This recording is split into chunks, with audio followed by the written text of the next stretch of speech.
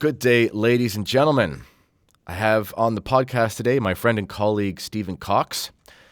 First thing I want to ask, Stephen, before we even get started, are you going to make your way up to the Great White North for the men's conference again next year? What are you thinking? Oh my gosh, can I come? Actually, that'd be Yes. awesome. Yeah. We had such a great time last time. I don't know if you remember, but me and my friend that I came with, Yeah. we won the grand prize. Do you remember what it was, actually? Yes, it was alcohol, and you couldn't carry it all back, so you graciously gave me the rest, and that was wonderful. Yeah, so I'd love to do that again. Okay, Yes. good.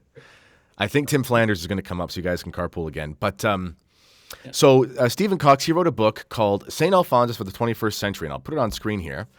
And this is a handbook for holiness. And there's a brief bio on the Amazon link, which I'll put in the link to this video so everyone can click it and buy it. And please do support him. And most notably, though, he does have endorsements from Archbishop Vigano and from Father Alphonsus Maria Kressinger, who is a traditional Redemptorist.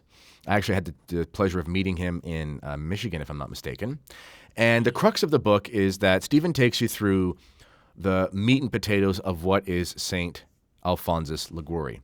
And you can see here on the website on Amazon, it says it simplifies thousands of pages of Alphonsus' extensive writings into a condensed 7-chapter format so readers of all learning levels can understand his teachings, presents hard-to-find prayers and other compositions of St. Alphonsus, and each chapter ends with a series of bullet points to help individuals apply St. Alphonsus' wisdom on prayer, spiritual combat, suffering, sin, parenting, important for me, the devil, death, and more to their own lives. In any case, it's an excellent handbook, and I recommend it to everybody. You can find that again in the links in the description. So let's get into it. So first and foremost, I guess what made you decide to not only write a book about St. Alphonsus, but how did you get to the point where you loved his writings enough that you felt confident to do so? Yeah, thanks. It's a good question. I've been getting that a lot lately. I think it's really a matter of wanting to give back to him, to give back to our mother, to give back to really the church after I was a fallen away Catholic in my early 20s, came back to the church for not too long after, before I actually graduated undergrad, but spent the next 3 or 4 years or so sort of in second gear. Did not even know what the Latin Mass was at the time. Moved in with a college friend of mine, and he had a stack of books about a foot tall, literally, by St. Alphonsus. And I said, "Hey, what's that? What are those? I've never read St. Alphonsus before." And that had just a really profound impact on my spirituality. I never really knew how to pray.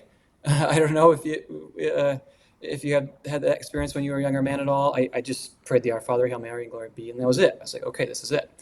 So St. Alphonsus really put me into that, I thought, really a different level of spirituality. And from there, it's been, okay, I've gobbled up all this stuff, this information on our faith and the traditions of the church, what he presented. I mean, he's a doctor of the church, Kennedy, so you can't go wrong reading anything he's put out.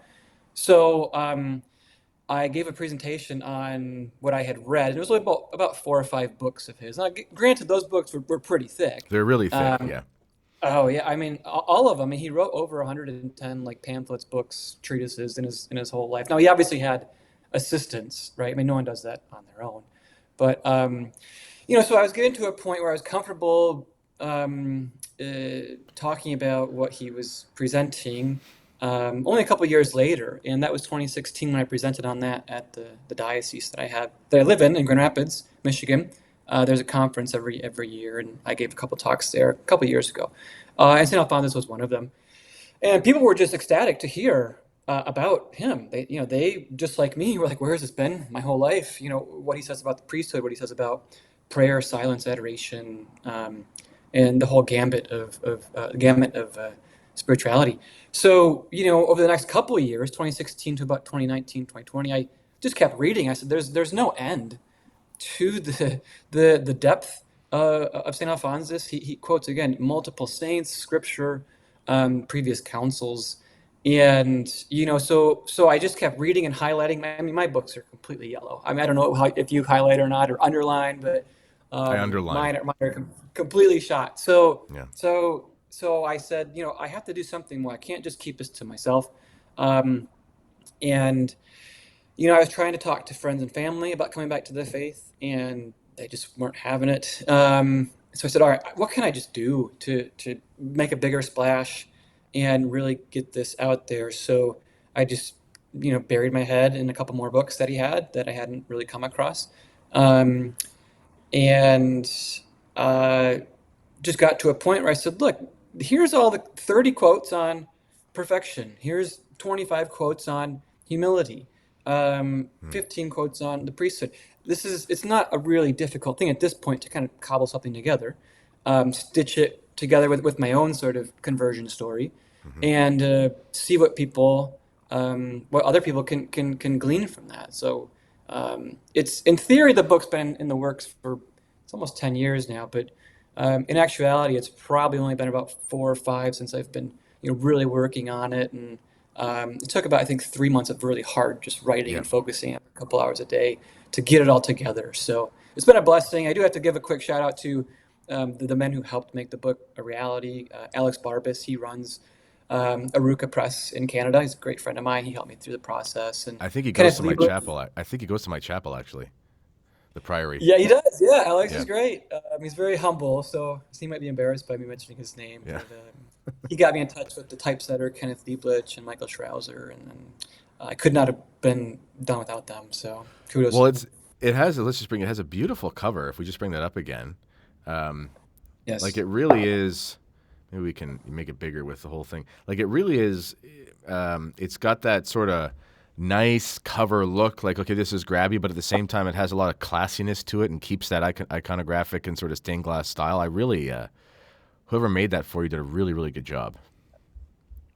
So that's Yeah, really great. Michael did. We looked at other St. Alphonsus books that are out there, and red seems to be a sort of a consistent theme with all Hmm. his books. I don't know why. I don't know if the Redemptorists were exactly associated with the color red.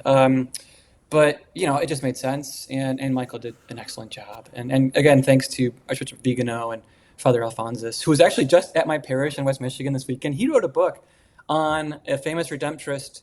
The Redemptorist priest that basically helped him become a priest in the 20th century.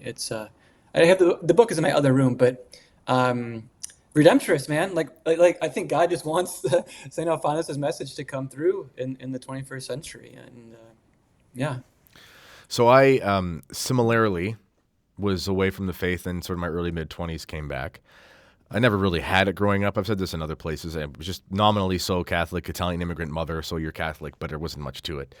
And but one of the big things for me when I was discovering tradition was discovering Father Isaac Marirelier, who many people Yeah, have of seen course. him on the internet, and his beard is bigger than mine, and he's a big man A too. competition. Yeah, and but he always quotes Saint Alphonsus. He's big into Saint Alphonsus, and it's just there's a lot of clarity there when you read Saint Alphonsus, and you know when it's important you mention he's a doctor of the church because when the church gives us doctors in various subjects, when they say they're a doctor of X, Y, and Z, a doctor of grace in the case of Saint Augustine, doctor of moral theology in the case of Alphonsus, and things like that. What they mean is that in these areas of expertise where they've been declared doctor, there may be certain opinions they hold that aren't defined and people can debate them, but you're never going to go wrong. Never going to go wrong Mhm. following one of their opinions. You know, Yeah. like if Alphonsus has an opinion that so and so saint has a different opinion, well, it hasn't been defined. So you can follow either. You're in no danger of whatever, and these are experts in those things. So Alphonsus is wonderful for moral theology, which is super important in our day because, let's be honest, I mean, there is a so the Novus Ordo has its problems, the new mass and the ambiguity of the teaching and the sort of anything goes in the confessional. On the other hand, there is a temptation within traditionalism. It's everywhere, but I think given the contrast, there's a temptation to go into a sort of almost too much of a rigorism, and if that makes sense, because you're not really sure, and almost you're counterbalancing this lax moral culture we live in. Whereas if you go to Saint Alphonsus, he gives you clarity, and you can go, "This is a sin. This is not a sin," and that's very clear. Yeah. That's brilliant. And the one thing that's interesting about St. Alphonsus was he actually had a fairly scrupulous disposition throughout his life. But it wasn't something that was overbearing. It actually drove him to clarify all of these things that you read in his moral theology book, which is several thousand pages long. I know Ryan Grant from Mediatrix Press actually translated that to English. So thanks to Ryan for doing that. And that's the other thing is the Jansenist heresy was around when Saint Alphonsus was living, again 1696 to 1787. He died when he was 91, and that was actually prophesied by someone at the time. I think it was a priest who said this child will be a great gift to the church. And so he struck that firm middle ground, and it is so difficult in these times. I mean, one thing to quickly note is, St. Alphonsus said, like pastor, like pastor, like parish. So in other words, he said the good morals of the people, the laity, you and I, depend on the behaviors and actions and understandings and morality of the priests. So if the priests are lazy, they're not doing their duty, it's going to trickle down. And so in this time when the shepherd is struck, the sheep are being scattered, it's no surprise that there's certain traditionalists especially who want so ardently, so much for that restoration to happen and want to take on those penances and mortifications, which is something St. Alphonsus talks about. Maybe they get a bit too carried away, and that's something I think St. Ignatius of Loyola says. When you gravitate towards a good thing in the spiritual life, the devil can make it so bright where you're so attracted to it, it becomes a hindrance, a sort of a bad thing. You go too far. But so maybe there's something to that, I think, too. Well, I think one of those, I would imagine you really enjoy Dr. Kwasniewski's work as much as I do. And I've been going on a little bit of a Dr. K binge lately. I had to record one of his books for Handbooks, Good Music, Sacred Music, and Silence. And I had such a pleasure doing it that I just said, man, I got to read more and listen to more. So I'm listening to some of his talks, and he was talking about the virtue of obedience and how, the devil brings good out of, or the God brings good out of evil, but the devil can only bring evil out of good. And, even these good virtues, virtues by definition are good. These virtues can be used in a way that they become vicious. Obedience can turn into, blind, servile submission. Which leads, which enables tyranny. And various things like that. And there's always been this temptation in the Catholic Church amongst faithful, devout Catholics to fall into a type of scrupulosity. And it makes sense because it's from a good place. You want to do the right thing. You want to be in a state of grace, but the devil brings evil out of good. So this is really important. Okay, so let's go through some of the chapter headings and some of the themes, and you can break down kind of what the reader can expect in these different spots. So, whoops, I just them all there. Oh, goodness. Whoopsie daisy. You give me a big head here, Kennedy. Come on. Yeah, your ego's getting so big, it's taking up my whole screen. So, is that better? Yeah, it is. I don't want to have to edit this. I'm gonna. Boom. There we go. Okay, so chapter 1 is on perfection. Now, yes, in the modern church, I've heard things like Jesus isn't calling us to be perfect; he's just calling us to himself. Well, actually, very explicitly, Jesus says we're called to be called to be perfect like your heavenly Father and perfect. So that's not even true. But obviously, we're not perfect. So what does this perfection mean in the mind of Saint Alphonsus? Yeah, perfection for Saint Alphonsus is the basis of his whole spiritual outlook. It's the uniting of our will to God's will, plain and simple. So once you ask that question, well, how do I know what God's will is? How do I know I'm uniting my will to God? If God's angry with me, and I don't feel like praying, how do I know? How do I know what I'm doing is what God wants? So the first chapter is a really basic introduction of what does Saint Alphonsus say about that. And the first thing he says is refrain, if you seek perfection, from any opposition to God's will. If it's warm outside, if it's cold outside, you don't like the temperature. If there's something just annoying you, Saint Alphonsus says, hey, offer it up. God's allowing it. He's willing it in one way or another. And don't be angry about it.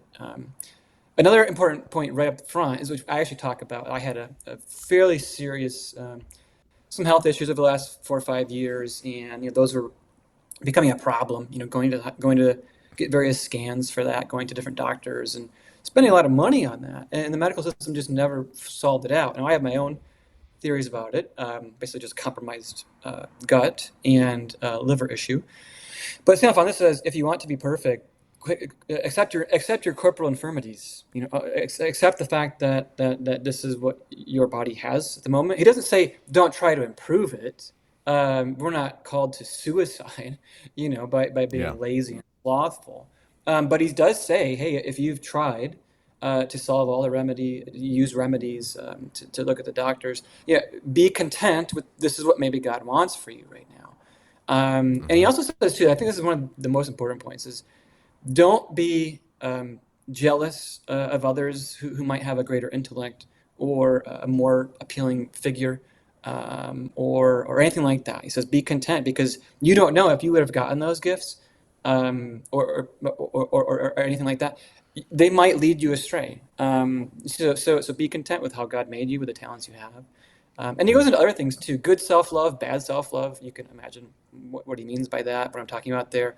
He clarifies what dominant faults are. So if you're tempted, usually, as men mostly are, to sins of the flesh, to gluttony, I think. Women probably more scandal of the tongue, Yeah. wanting men to lust after them to show off their body, so impurity as well. He talks about that. He says, and he explains how you can overcome that. And he says, you have to rip these things out of your heart at a very early stage and set your sights on perfection and loving God. The more you allow your dominant faults to take over, it's going to just be almost impossible to overcome them later on in life. And he says you can do this in two ways: with mortification, by exterior mortification and interior mortification. Exterior mortification is the obvious things, right? Fasting, punishing the body, things like that. Turning out, not being around people or places or things that appeal to our vision or our hearing. He says the interior mortification is much harder, but he says it's necessary. It's when we deny ourselves pride, when we think humbly of ourselves, when we're willing to undergo persecutions of our ego and things like that. So it's a really good introduction to what is the basics here that we're getting at. And so, I ask people at the end of the chapter, I say, what sort of mortifications am I doing right now? What are 3 small acts of self-denial I could do in the next week? What are some ways I can mimic Saint Alphonsus? I mean, one small tidbit that people don't know about is he actually, he would wear a chain around his neck, or so the story goes, when he ate, to have a sort of extra addition of penance to the enjoyment he was getting from food. And in fact, he would also sprinkle bitter herbs on his food as well to make it not enjoyable. And he would fast on Saturdays in honor of Mary. So he did a lot of things. And so the first chapter is just, what is perfection? What are we doing here? If we want to unite ourselves with God, how do we take those first initial steps towards that? And I think really those individuals who are fallen away Catholics, or just non-Christians, anybody who understands that is going to say, yeah, let me take stock of my life. How have I been behaving, and how can I sort of refine that, even just on a natural level? I mean, I think that's going to resonate with them, especially. So, lest anyone go and get their bicycle chain and pour a bunch of Frank's Red Hot all over their pancakes. That might not be that bad with maple syrup, spicy. That'd be okay. But either way, this idea of don't be jealous of other people with different gifts. Well, if you're not, this is a man, Saint Alphonsus, who's called to the religious life. He's called to an ascetical life, and like Saint Francis, like others, he does these extreme penances. But this is part of the spirit of the life that they choose. And the reason why these religious men take on such grave penances is because there are certain penances that aren't natural to their state in life. So they sort of have to be perfected in a more intentional way. Last night, not to compare myself to St. Alphonsus, but a natural penance part of my state in life, my kids are getting their fall cold, which means I slept for like 15 minutes last night, because, I'm up and down with my daughter, whatever. And those things come up for parents all the time. So, but what St. Alphonsus is showing us is that there's always something you can do to beat down the bad angel, to kick the bad angel off your shoulder. And even for a man like him, you think, what on earth could a man like him have to do to perfect his virtue? Even he is saying, I think I like food too much, Yeah, and yeah, we can all relate to that a little bit. Um, yeah, no, but this is really practical wisdom because again, we're not called to this extreme asceticism because that's not our state in life. And his wisdom, his clear wisdom would say, hey, if you and I, if someone with children or something was trying to do that, that would actually probably be prideful. It would also be, your children, your wife are going to suffer because you're going to be in a bad mood, whatever. So, when we look at these saints, we have to keep that in mind. But it still does show us that there's always something we can do. Maybe we're not going to wear a hair shirt because that's different. Um, mm, but we can, I don't know, just decide the tag on the back of my shirt's a little bit annoying and it'll yeah. bug me, so I'll just leave it there, right? It's all dependent on that. It's a great example, and he actually was rumored to have been he walked around with like pebbles in his shoes just to make less enjoyable. But there is a part in the later chapters where I do clarify, like if you've read this far, this is like the last chapter. You might be overwhelmed, especially if you're new to spirituality and meditation and all these sorts of practices that make up our religious life. Don't despair, because that can easily happen too when sometimes people read the saints and they're like, how can, if this person's a saint, Yeah. how can I ever get to that? And I had those thoughts too, actually, not long ago. But the saints are for our benefit. God sends them for for us to learn from, to pray to. And that's why we need these saints again. And God's going to continue to raise up saints in the future too. We shouldn't just look only to the past for guidance, but we have to be saints as well and carry forward the message that they've brought already. So Okay, so chapter 2 is all about love. But Stephen, you're a traditionalist. Traditionalists are just in bad moods all the time. They're schismatic. There's nothing to, no, but so you write this chapter on love, and Saint Alphonsus is known as being so severe, but there's a considerable amount of book on this fundamental reality of being a Christian. So what does Saint Alphonsus teach us about love? yeah, so to clarify, the chapter probably should have been love of God. It's not, sentimentalism. It's not about, loving your spouse. There are parts on the spouse and marriage and parenting later on. Love of God, right? What does that look like? Well, St. Alphonsus clarifies, if you really want to love God, you have to understand, who He is. He created your soul. He's responsible for your entire existence. I mean, God um, holds the universe in suspense, right? He could crumple it up tomorrow, toss it away, and be perfectly fine. He's God. He doesn't need it, but He wants to show us His love. And He died for us on a cross. St. Alphonsus points out this is God's a sheer sign that he loves us. So when we want to return that love to Him, one, we have to desire perfection, what we talked about in the first chapter, right? Uniting our will with God. You can't do anything if you don't set your heart on it, right? So St. Yeah. Alphonsus says, you got to first think about it and want it, okay? Second is you have to remove all obstacles that are not God, that don't bring you to Him. So he mentions love of money, love of human respect, and all created things that get in the way of loving God. And really, love again is in the will. It's doing things for. Any St. Alphonsus says one of the first things you can do to enhance your love of God is to meditate on Christ's sufferings. He says the saints are unanimous in that meditating on Christ's sufferings, because that's what Christ did for us out of love for us. So it's a sort of entryway into the doorway into rekindling our love for Him, to say, okay, wow, he did that for me. What can I do for Him? And then he also says to pray.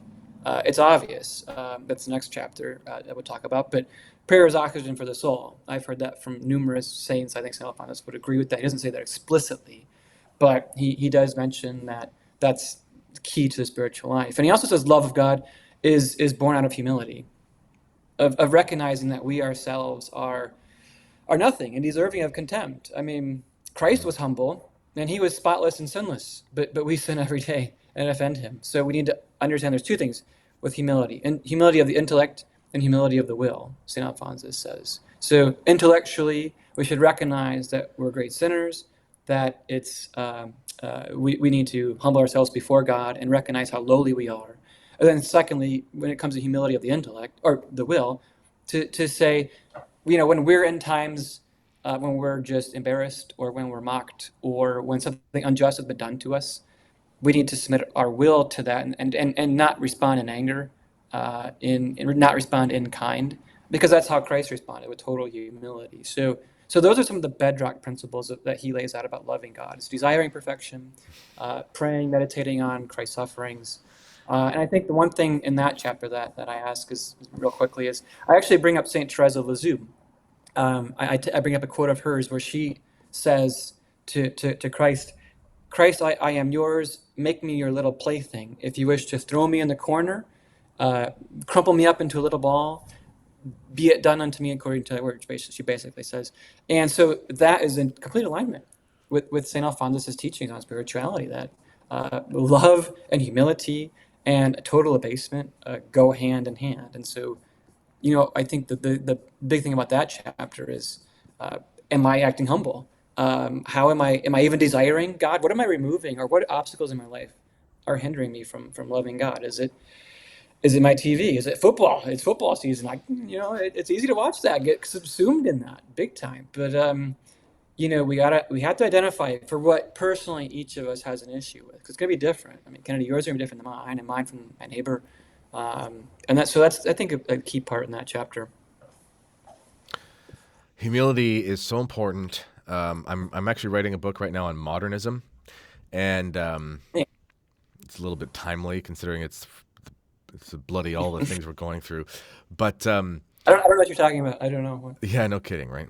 And but in Pascendi, Saint Pius X's great encyclical, he goes over all of his great encyclical on modernism, I should say. He has many great encyclicals, but the one on modernism, he goes through all of the intellectual reasons, the philosophical reasons, and all these kinds of things. But then he gets to the point where he says, ultimately, it's about pride. There's many aspects to modernism, but one is setting himself up as a judge of truth, over tradition itself, as if he's separate from it. That's kind of one of the basis of it. And Yep. we live in an age of pride, obviously, from the sense of we literally have to celebrate pride now. But even outside of the whole Rainbow Coalition thing, we are modernists in our very core. Even those of us who are traditional Catholics, we've been raised in this modernist society where we love novelty for the sake of it.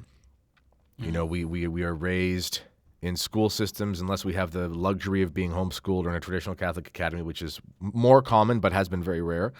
We're raised to believe that society's on this continual state of moral progression. We take that statement from Martin Luther King. It's so the arc of history, the moral arc of history is long, but it bends towards justice or something. It's like, it's actually not true. It's a nice statement, but it's not actually true. I mean, it bends in any different way depending on the generation. I mean, there's times in the past when it was much more moral than now, and there's dips and peaks and valleys. It's just we're just either moral or we aren't. There's no continual progress.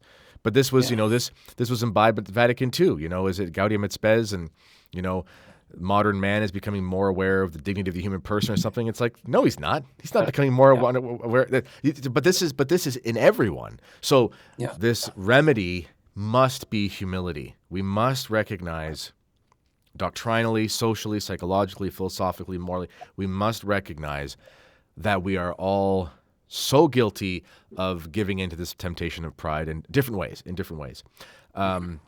Okay, so you did touch on prayer a little bit. Because we only have about 14 minutes, okay? So I want to make sure that we get through, touch on the rest of the chapter. So maybe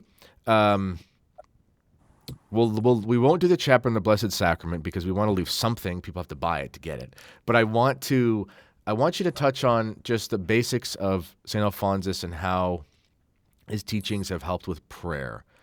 That's a very difficult one for people. They pray the rosary, they do the morning offering, and then it's just they don't know what else to do. So how has he helped with that? So again, I said prayer is oxygen for the soul. St. Alphonsus says, if we leave off praying, we'll be lost. It's a direct quote. He says there's no way we can be saved without communication with God, without bringing grace into our life. He recognizes that there's different types of prayer, right? There's thanksgiving, there's adoration, different types of prayer, and meditation too. He gives an extensive discussion on meditation and how to do it, and how to reflect. He's someone who says when we pray, we first have to put ourselves in the presence of God and humbly request that He hears our prayers. You can't just go barging in. I mean, God has feelings. He wants us to more thoroughly make good prayers, right?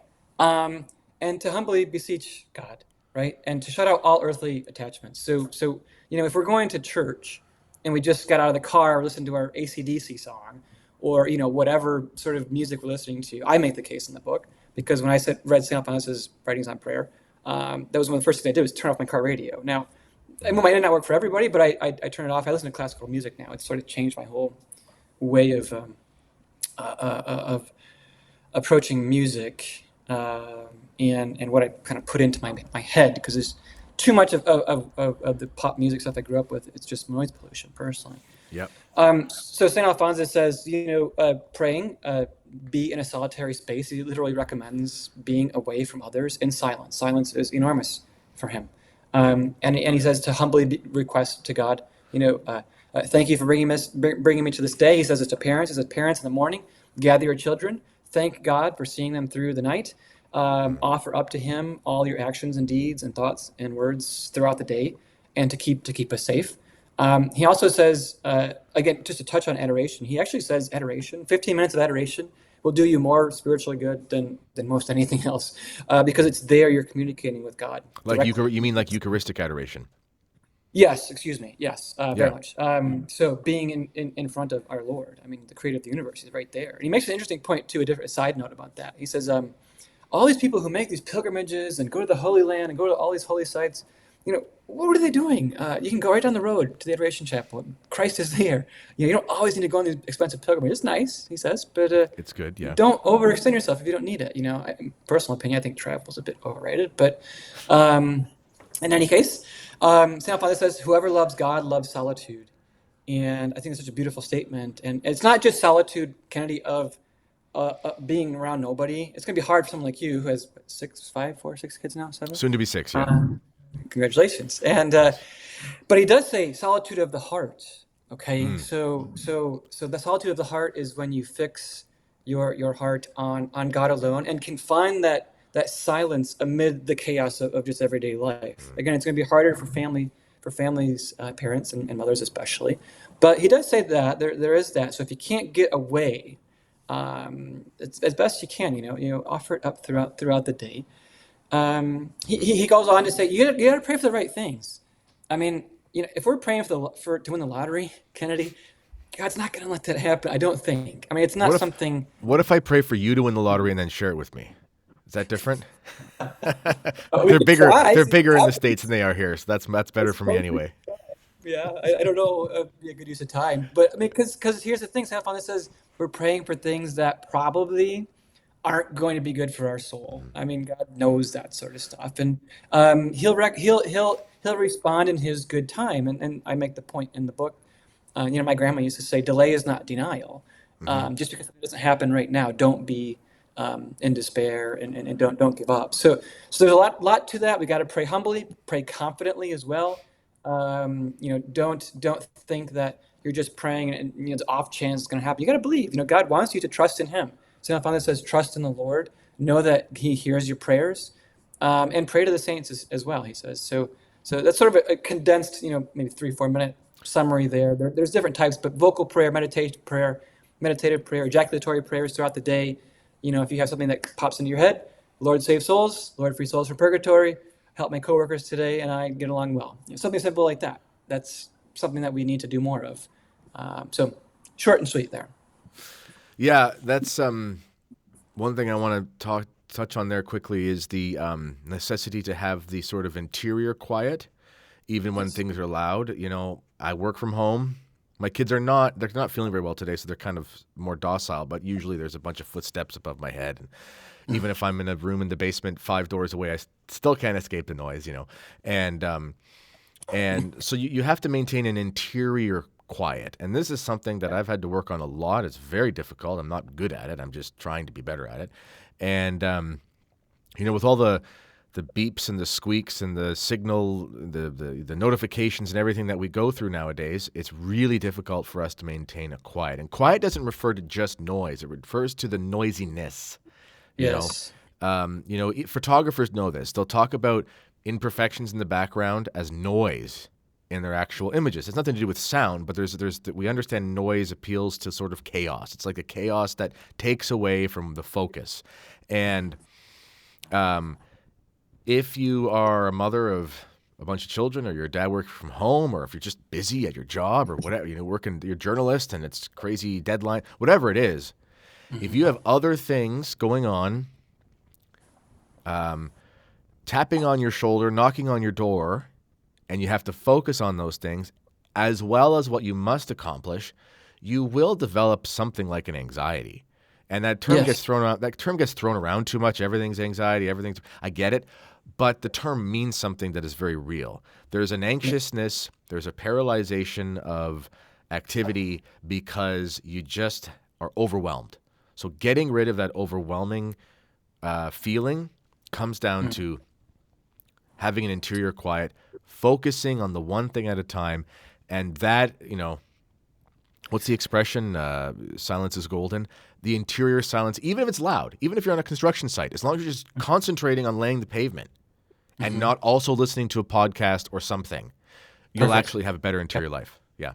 One quick point on that is, I just think about it. Prayer, solitude. Oh, I think I forgot it, Kennedy. We'll come back to it. I think something about smartphones. How many of Yeah. us, when we want to escape the noise, turn to screens. I just read recently, like, a British study that the average person spends like 34 years of their life looking at a screen.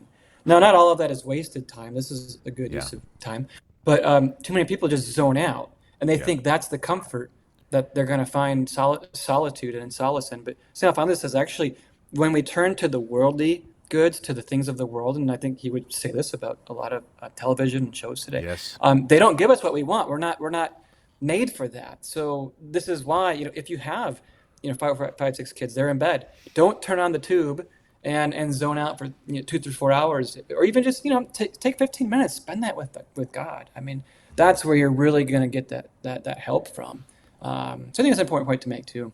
Yeah, that's super important. Leave your phones if you can. I mean, I have an alarm clock, an actual alarm clock. I don't bring my phone to bed Great. almost never. Sometimes if I'm worried about power going out, I might as an extra alarm or something. But yes, I have an Yeah. alarm clock. That's huge. I'd lay down in bed, stare at the ceiling, or read a book, and it does wonders for yourself. So, Yeah. okay, let's move on to this chapter on sin, and couple of your subheadings here that I think people will find most helpful. Number one is breaking free, which I think a lot of people are trapped by certain sins, especially pornography in our day, or associated vices that have to do with dopamine, like video games and so forth, and conquering common sins. So maybe you can kind of touch on those and bring them together. Yeah, sure. So, a couple of points generally. Saint Alphonsus says about sin is that actually sin, God deals with us not regarding our time on earth or how long we've lived. Actually, it's the number of sins we've committed. So, if you think back, and everybody who's watching this, think about this for a second. Since the age of reason, when you've come to Yeah. old enough to have reason, um, I mean, how many sins of impurity have you committed in your whole life? How many sins of gluttony or scandal? Think about that for a second. It's probably a lot. Like myself, as I admit in the book, to former sins of various kinds. Um, and God, He's merciful up until a point. Yeah. And then after that, Saint Alphonsus says, you're going to bring down God's justice upon you. His mercy is up. And it's a very sobering thought when talking about sin. And the example I use in the book about sin is actually a gambling addiction I had before. And talk about dopamine. When you're hitting those machines and things like that, that's a very habit forming practice. And that's St. Alphonsus says unavoidable occasions of sin and avoidable occasions of sin. No one needs to go to a casino in their life, and for no reason. There's no reason to go. Now, going to the supermarket, going to various places just in common life where you might see some things. That's an unavoidable Yeah. occasion of sin, right? It's just the world we live in. So St. Alphonsus strongly recommends first, what are your dominant faults? What are your major sins? How has the devil gotten you to this point? Because he says actually, the devil often he wants us to lead us into the worst sins we can commit. Mm-hmm. Mortal sin, obviously, that's what it is. But there's different kinds of mortal sin, obviously, too. But for everybody, the devil's tactic is different. So he usually begins by some sort of neutral or apparently seeming inoffensive situation to put yourself into. Maybe going to the bar at happy hour with just your friends. You might think, okay, I've done this a million times before, but too often they might lead to an all-night bender where you're just getting hammered and you commit the sin of gluttony, and then you come home and you get angry with your spouse and you start shouting, and then your home life's ruined. So he says, look and figure out what are those initial threads that the devil's pulling on you to commit later on. And there's a snowball effect, typically, is what he points out. And so we have to recognize those occasions of sin first and foremost, and to say, okay, what am I doing about them? Am I replacing them with good people, places, and things instead of bad ones? So that's kind of the first major point. The other parts I touch on in there is, what does St. Alphonsus say about impurity, about anger, about crass language, and human respect? I chose those because they seem to be quite relevant to the modern age, technology, social media, proliferation of pornography online, things like that. And he addresses all of them bullet point by bullet point. I won't get into all of them, but specifically he says, look, these things are all leading us to hell, especially impurity. Do not indulge in the slightest, especially impurity. Bad friends, I use the analogy, if you're hanging around with somebody who has a cold, you're going to start coughing fairly soon, right? St. Alphonsus says bad friends are going to influence you to the point where you're going to become like them. We become the people we spend time around. So if they're talking a lot, St. Alphonsus actually says those who use bombastic speech, who talk a lot, who tend to babble, who don't know how to be quiet and silent, they are not the most typically saintly persons. And he says, just avoid. This is the simplest thing is, he says, anger resembles fire too. The smoke it produces blinds us. And so there, you'll have to go through those. It's a fairly extensive part in that chapter. I thought I included them because I've been guilty of many of those sins in my own life, and I always wondered, how could I overcome that before? And you never think about it really until you recognize what sin really is. It's the most evil thing a human being can do. It severs your relationship with God. So St. Alphonsus points those out. So if people want the example specifically, buy the book. I think it's on 108 is where it's on. So you're talking about catching a cold. You're excited to start wearing a mask again, right? That's what you're saying? I got mine in my closet. Yeah, it's already ready to go. Yeah.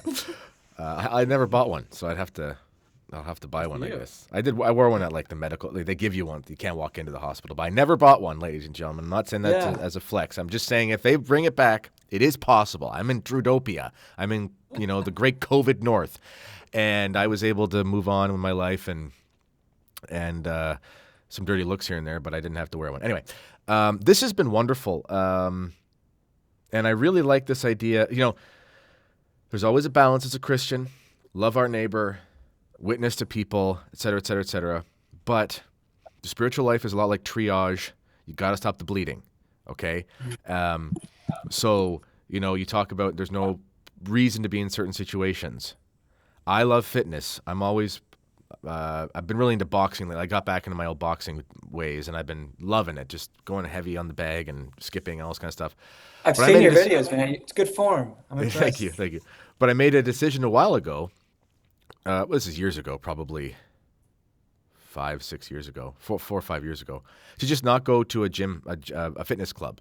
I'm not saying it's a mortal sin to go to a fitness club. I'm just saying, I was thinking to myself, I'm like, I'm not training for the NFL Combine. I don't have to have certain equipment.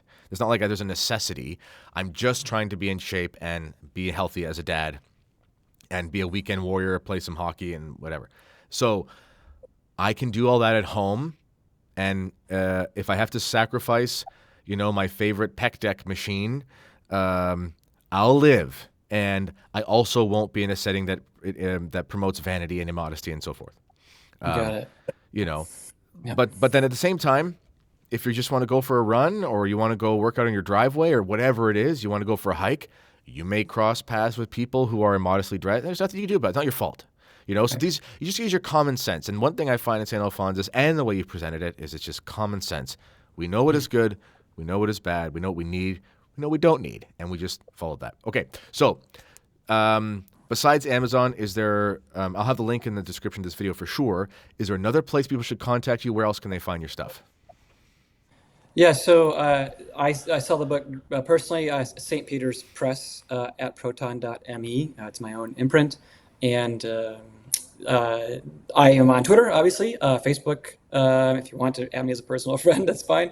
But obviously, LifeSite too is where I'm obviously doing journalism. I've been with LifeSite for 6 years now.